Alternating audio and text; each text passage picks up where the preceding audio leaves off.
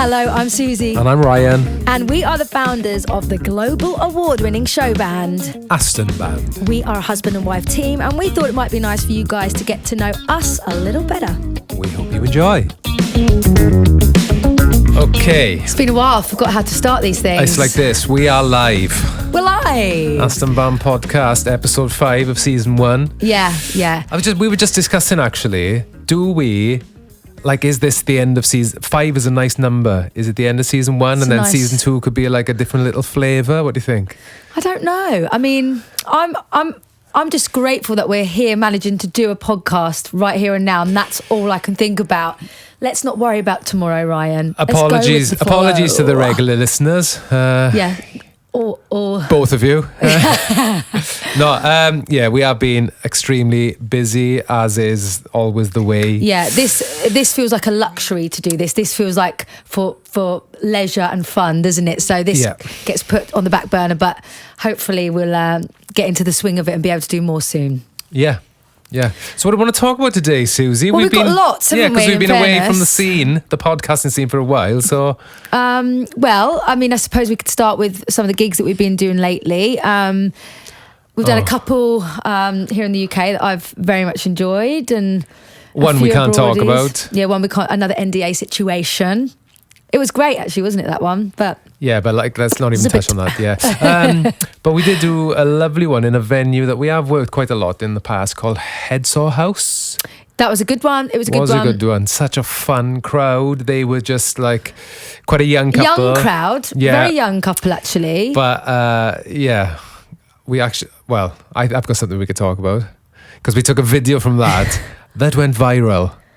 Oh yeah, it's the first time we've gone viral, guys. Yeah, my God. Famous. It was great, actually, wasn't it? Talk about the video. What was it? Well, the video is, so we performed a dinner set, as per usual. We did the drinks for them as well also. But the dinner set, when I saw the crowd, I was like, I've got a song for this crowd. You underestimate my skill, Ryan, of tapping into a crowd. He was like, I don't know. I was like, trust me. I think it's important we establish why I say I don't know. Because you're old. I'm old and I don't know the song you're talking about even. Okay. Oh, that's bad. I'm straight up. Straight up. So. Okay, so he didn't know the said song. You do know the song, surely. Oh yeah. Okay, but when I saw the crowd, I was like, I've got the song for these guys. So we went with it, and I did have the bit like, is it gonna work? And we chucked it in regardless, because deep down I knew it was gonna work, and it went off. It was so good, wasn't it? Yeah, it was amazing. And during that dinner set, because of the space. We can do it with full band, but due to the space, we did it just with singers and the saxophone player, and.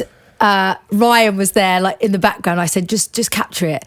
So he was filming it discreetly in the background. And when it went off, I was just like, told ya. Yeah. I told ya. Well filmed, though. Granddad. I captured it beautifully. You did capture it beautifully for the viral video. So it was pretty good, wasn't it? We haven't said the song. Let Me Love You. By... Was that guy? Neo, I think it is. Yeah. I was going to say Neo. Let me love you. So R&B, it's great, isn't it? I swear I don't know where. Not down with the R&B. Some people love R&B. Some people really don't like it. Some people have never heard it in their life. Exactly. It's that 90s R&B vibe. And I think a lot of our clients that are getting married at the moment, it's like an age group. It's the age group that's getting married, and it's freaking, I personally love it. But we do have a couple coming up at the end of the month that like absolutely don't like R&B, don't want any R&B. So it's just it's so, all of the set lists are so bespoke to each person because people's tastes are so varied. Yeah, we are finding this a lot lately where people want, and rightly so, more input into the set. I mean, they really want to be, they want to fine tune it to within an inch of its life. And we've struggled with this because... we think we know best because we do it week in, week out. We know what works, we know what doesn't. But you have to be so open to the client because more often than not, they know, obviously they know their friends, but they do come up with the odd gem. Absolute gem, don't so they? Where we're like, oh, I'm not sure about that. Yeah, we are. And then it I think kicks we're off. very open to that kind of thing, I'll be honest. I really love making it personal. I don't want to do the same songs week in, week out. We do. There's songs that we do that we've done forever that we can't take out the set because they're so good. Without fail, the crowd kick off. Obviously. But I love it when we have input from the client. Remember, actually, I don't think we spoke about this gig before. We did an American client getting married in Cambridge, and they really wanted lots of oldies and lots of Motown, and we did Raining Men, Weather Girls, and I was like, oh, I don't know. And then we started learning it. It's frigging awesome, isn't it? Yeah. Actually, a lot lately. I'm not letting you get a word in edge. No, it's fine. We've started adding a few more of those like cheesy oldies to the end of the set, like It's Raining Men is a keeper. I Will Survive, Gloria Gaynor is going off. The ABBA songs, like whereas before I think we've gone full all sugar. Smash the mic again. I love doing that, don't I? I'll edit that out, Sorry, don't worry. Guys.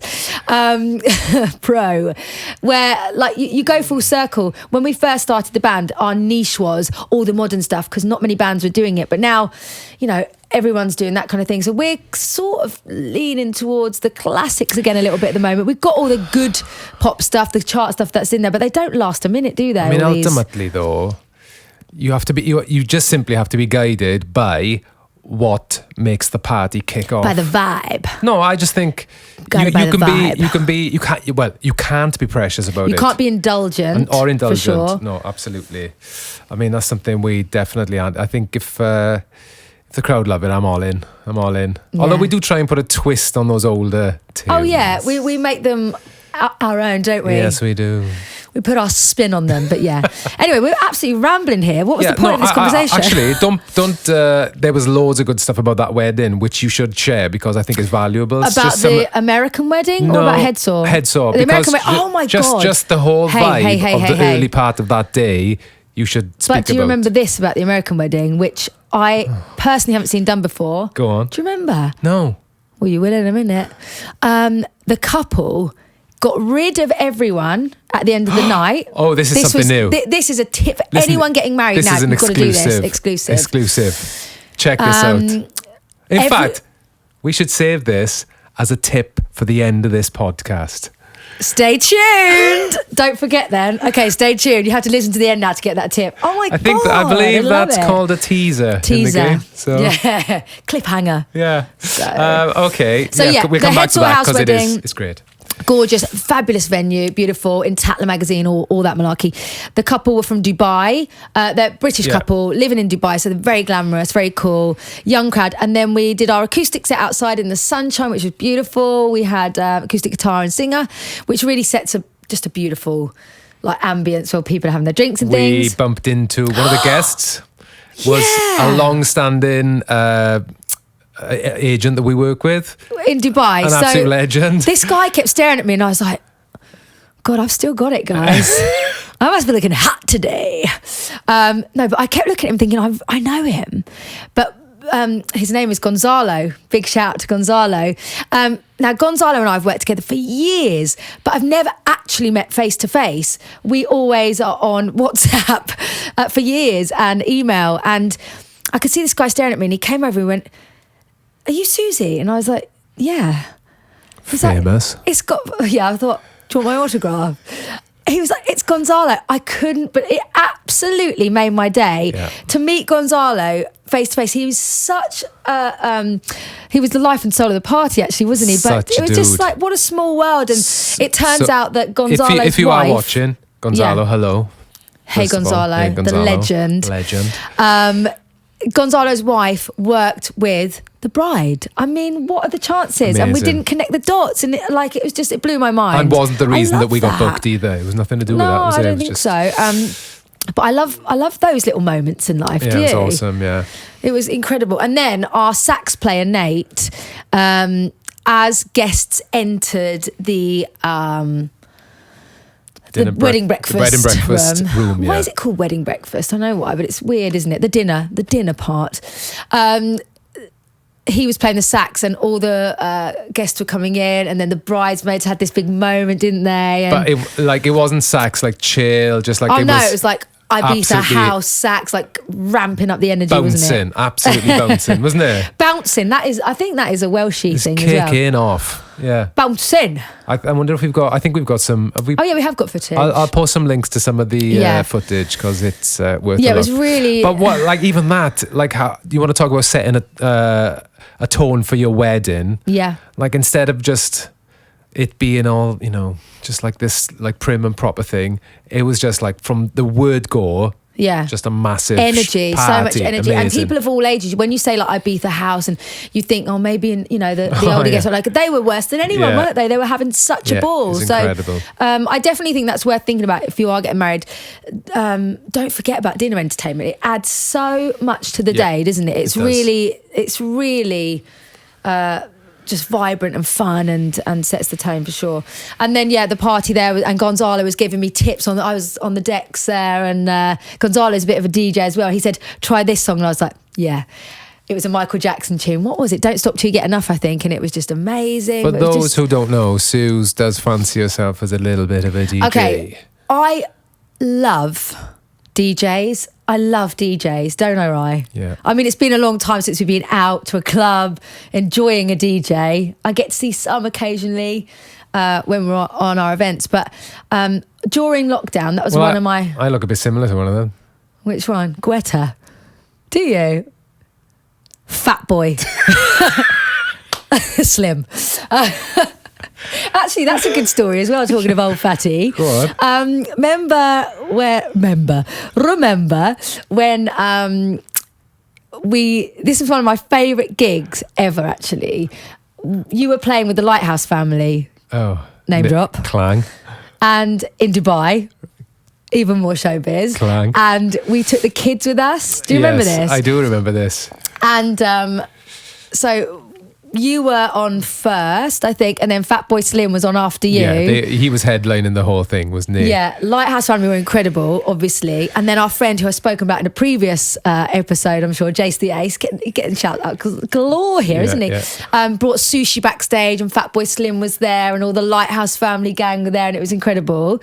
And then the kids, how old are they then? I reckon 3 and 6 or 4 and 7, maybe. 3 and 6, 4 and 7, whatever.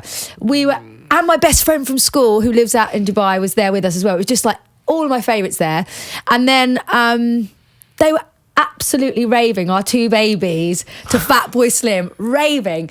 So then I bought tickets. Fatboy Slim came to Cardiff recently. I bought tickets. I was like, oh, guys, I've got tickets to Fatboy Slim. And I was so excited. And the music kicked off. Fatboy Slim came on stage. The music kicked off and I just got goosebumps. I was like, oh my God, this is incredible.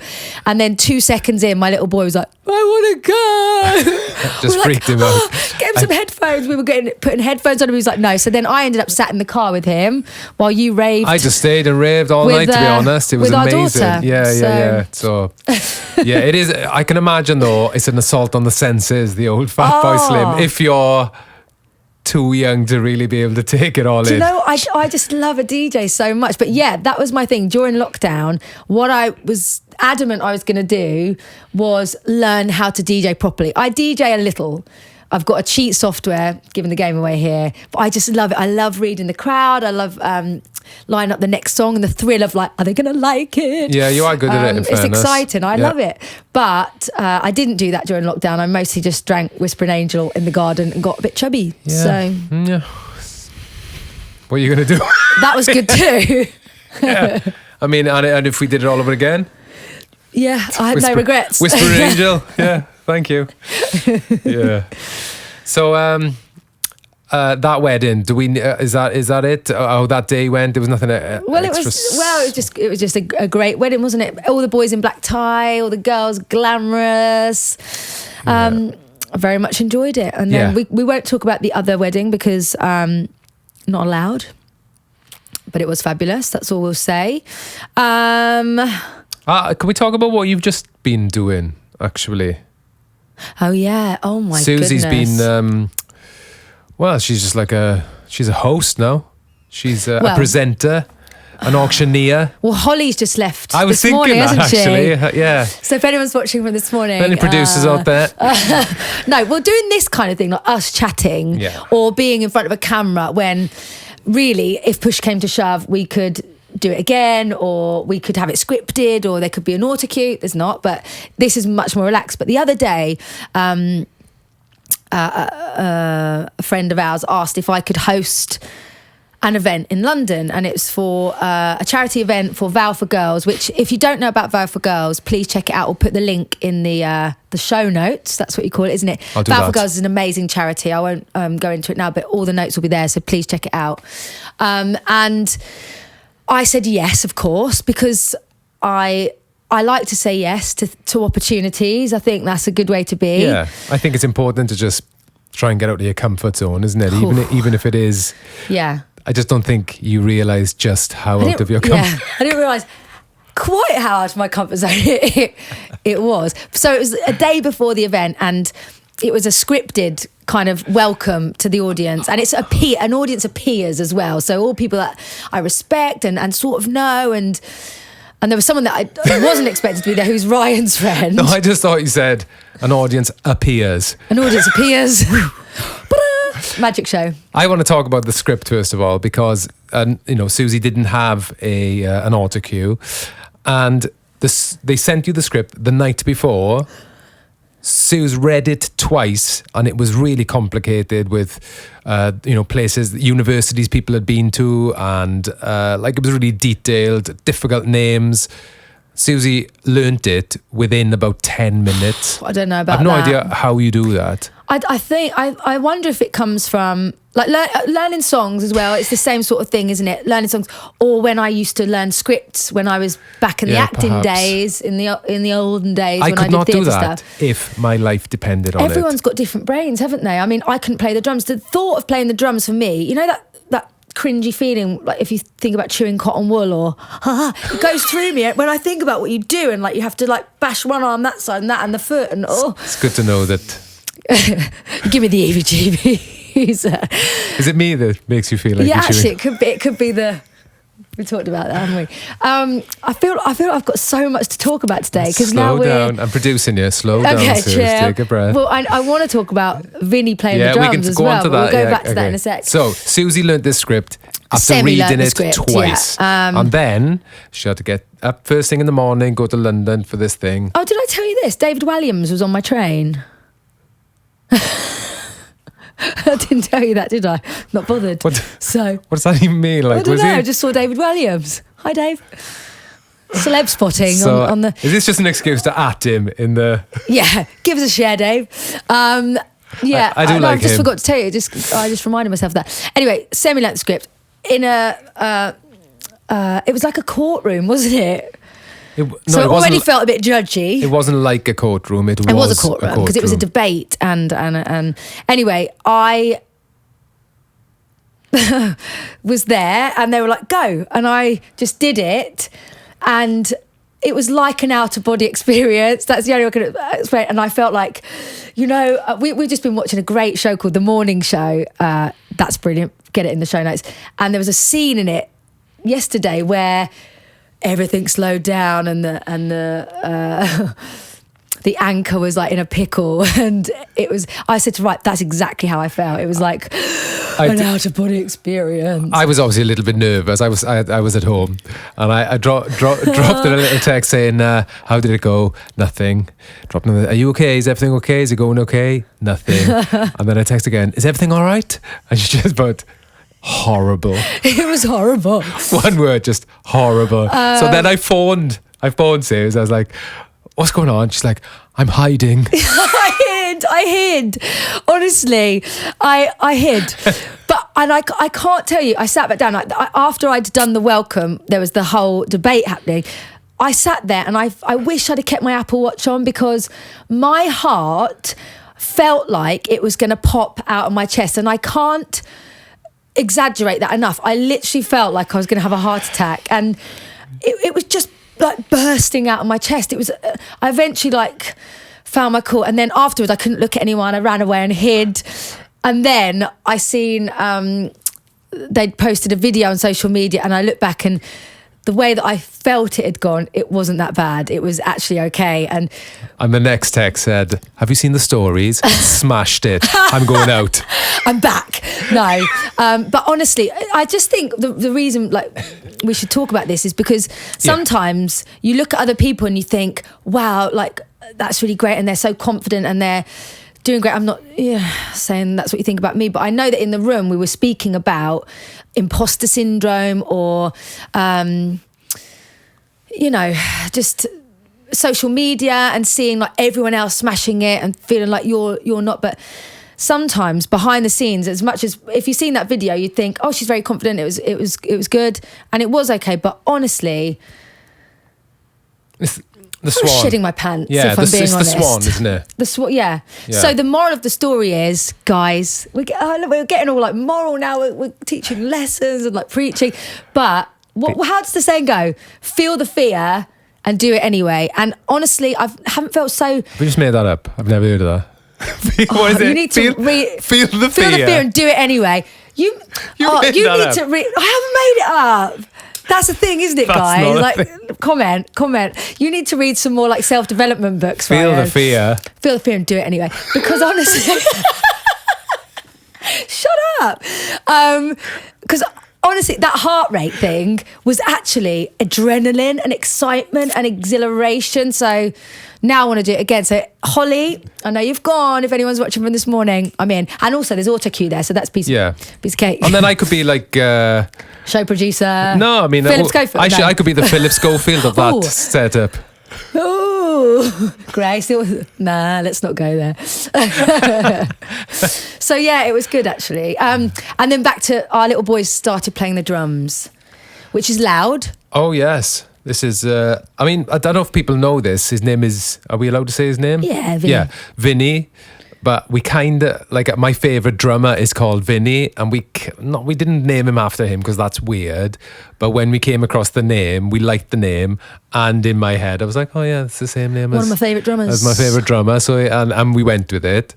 And he had a drum kit for Christmas 2 Christmases ago. Of Santa. And has not touched them. They were we always do that. We jump the gun with presents, don't we? They were just gathering dust. And then in the last month, I don't know. Just been, back of the car, tap in. I'm like, uh-oh. And out of the blue, he just said, Dad, can you set my kit up? He's 6, so it's a great age to start. And we have to give our little girl a mention here because she'll kill us if she listens to this and she hasn't had a mention. Sarah and our baby girl, and she's playing the piano as well and absolutely killing it. Absolutely smashing that. So we are going to force them into taking over our business and creating a band, and they can live the pop star dreams that we never quite managed. And we can stay at home. Thank you. And we can cop the loot. Thank you. Cheers, guys. I've got so much more I want to talk about, but I think we should maybe save some back for another podcast because we've got 4 minutes on our little timer there. So okay, let's decide how many episodes we can do for this season. Well, I've definitely got one more in the tank. I feel like 6 is a good number as well. 6, yeah, 6 is a great number. Commit anyway. What are we? I think go with the flow. Yeah, I don't like commitment. Hey, who? You did all right. Who? Oh, don't I know it? Who would we have? Who? Our podcast. Who would we have from obviously band members. That's the obvious one. Absolutely. Who's first? They'll have to fight for it, won't they? They're all desperate to get on. Who can we get to the studio first? That's the thing. Or I wonder if we could do it via Zoom to save people. Get them in, and then I can just produce. I'll step out. No, you've got to be on cam, Phil. Who's it going to be? Is it just down to circumstance? Names in a hat. Yeah. Actually, guys, if any of the band are watching this, and I know you don't, let us know if you fancy coming on. Yeah, of course they do. I've just thought of a question that we had actually, which we could end with, probably a bit boring to end with, but we did have a question from one of our many subscribers about sound limitations at venues. Now, this is something that keeps creeping in a lot lately, and it is annoying. I'm going to be honest with you. Yeah, it's doable. The equipment that we normally take to an event is the best equipment you can get, and it sounds pristine and crystal clear and wonderful and rich and dynamic. When you go to a venue where they force you to use their own speaker system, it's doable. It's okay, but we have to be honest, it's not the sparkly sound that we are used to and that we like to deliver to our clients.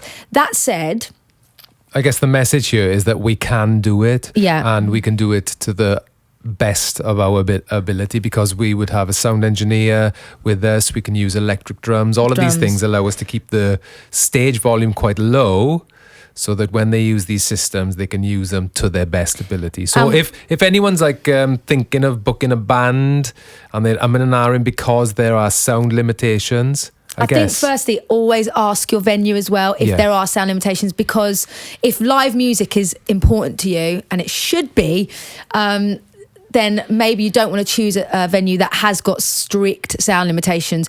Also, yes, we have got the electric drum kit, but we can also do a DJ live setup, which is where we have a DJ, singers, 4 or 5 singers, and a saxophone, which really packs a punch. And we've done that quite often for some of our abroad events actually lately. So that's a really good option too. But yeah, just talk to us. Everything's doable, and it was a very good question. Avoid sound limitations if you possibly can, if live music is very important to you, or talk to us about live acoustic drums, not bloody acoustic drums, electric drums. I should let you talk about drums. I'm going to cut it with drums. Hey, it's time to resolve the teaser, love. Oh my God, 2 minutes. Okay, so this is what the American couple did. They ditched all of the guests from the party. Everyone was made to go outside to do sparklers at the very end of the night, like midnight. And the couple alone stayed with us on the dance floor. We performed a live song for them, and the two of them danced on their own. I mean, I'm getting goosebumps now speaking about it. Well, you should call it what it is. The last dance. So have a think about that, guys. A last dance instead of a first dance. Granted, the bride was very demure and didn't really drink very much. I don't think me and you could have done a last dance at our wedding, could we? Not so much. I think I might have done a lap dance, actually, but that's another story. Also an option. So. But the last dance, it was a magical moment that I haven't seen ever on an event that we've done. So it was, top tip. There we go. Special moment. So we're going to try and do another podcast very soon. We've got lots to talk about, as you can probably tell from our ramblings today. Hope you've enjoyed that. As ever, if you've got any questions, let us know. DM us on Insta or drop us an email, info@astonband.co.uk. Insta aston.band. Give us a follow. And I guess... Like and subscribe. Like and subscribe. Give us a share. Share our channel. Yeah. Oh my God. Okay. Thank you so much. It's really good to see you guys. Time. Bye. Bye. Bye. Bye. Nice.